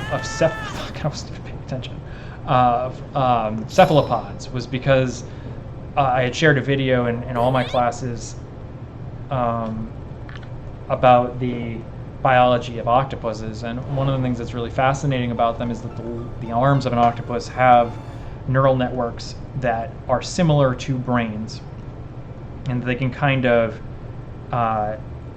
think independent of the brain of the octopus. And that's really similar to the way that slime molds operate, where an individual component of the slime mold can dissociate or associate with the slime mold, and it can behave as one organism, whether it's many organisms combined or one individual organism at a time. And so the reason why I shared it was because this is one of those things that challenges our notion of what cognition is and what human learning is. Usually it's really easy to assume that humans are unique, and in a lot of respects they are, but we are not the only thinking organisms. There are a lot of different kinds of cognition, and we can't conceive of them all. For instance, I can't describe to you what it would be like to be an octopus that is able to perceive its environment and immediately change both my physical appearance in terms of like the actual surface of my body, as well as the coloration of that surface, as sort of a semi-voluntary behavior. So like I find it fascinating that there are these creatures that can perceive the world in such different ways than we can possibly think of. And it's kind of humbling because it makes you realize that our senses, our ability to react to the environment, our perception and action is so limited, and that there are other ways of being and thinking and cognizing the world that we don't spend a lot of time on. And so for me, situated cognition being about the environment and the interaction of an individual with that environment allowed me to understand how a unicellular organism and a human and an octopus could all sort of exist in the same world and be called life, because they all have very different capacities for perceiving and acting, but they don't all have brains. And for a long time I was of the impression you had to have a brain to have thought, and that's just not true. Like, there are different kinds of definitions of thought that don't necessarily rely on something having what we would perceive as a brain. I mean, insects have ganglia that are sort of brain-like, but they don't have brains. And so you have things like ants that look like they have very complex patterns of thinking, but are just perceiving and acting and responding to the environment. So when you have an ant, this is in one of the slides actually that I show in SitCog Week, you have an ant that is sort of traversing the map. And it looks like that ant is doing a lot of complex thinking, but really it's just perceiving and acting, responding to the micro moments that occur as it's walking on the surface of sand. And so each grain of sand it's interacting with, perceiving and acting, similar to if you could program a robot like a Mars rover to perceive and act on the surface of Mars, so that you don't have to rely on these sort of complex chains of commands for it to be able to respond without getting killed, like, or without having some other event that would interfere with its ability to respond to the environment. So you don't have to have a mind to be able to think. You don't have to have a mind to be able to react to the environment. Ants don't have minds. Lobsters don't have minds. They can perceive and react. They can detect pain, but they aren't thoughtful, right? We don't think about lobsters as being, highly thoughtful, reflective creatures. And this isn't because I'm advocating for people to go eat lobster because for some reason they, can't think or feel anything about that. I actually find it humbling and disconcerting, and it made me more apt or more inclined to being vegetarian or eating vegetarian foods. The fact that different life forms do perceive and act, and that they do respond to environmental stimuli not differently than humans do. When you put your hand on a stove and it's hot and you pull away, it's the same mechanism that a lobster is experiencing when you boil it. It's just that the lobster doesn't have the capacity for sophisticated thought. It can't reject mind-body dualism because it doesn't have the capacity for mind. But then when you talk about things that pass the mirror test or that can solve complex problems, things like octopuses and dolphins, birds are incredibly smart. All of those things are sort of refutations of what we think of as being intelligent life, being reserved for humanity. And certainly humans have built civilization, and we found ways to do agriculture, that we were able to dedicate time to things that other animals can't. And I do think that's kind of an interesting, I don't want to say it's a situative cognitivist or an ecological psychology thing, but I do find it interesting to think about whether or not other species of animal, given the same conditions that allowed humans to become what we are, if they also would have become something similar. If octopuses had a self-sustaining agricultural system and octopuses could learn about themselves, right? Like, I don't know how long it would take down the evolutionary chain for us to get mind flayers, but it certainly seems like that's where we would end up. So yeah, fun thoughts for your Thanksgiving day about mind flayers and their potential for existence.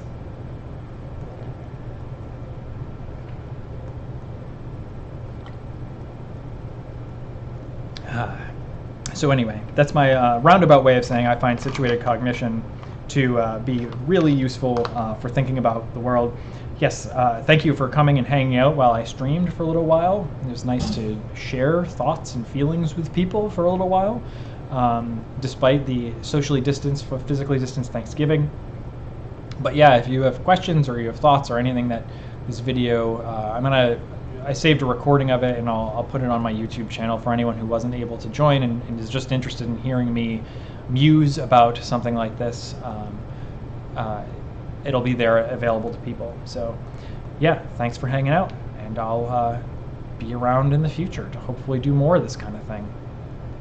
Have a good afternoon. Happy Thanksgiving.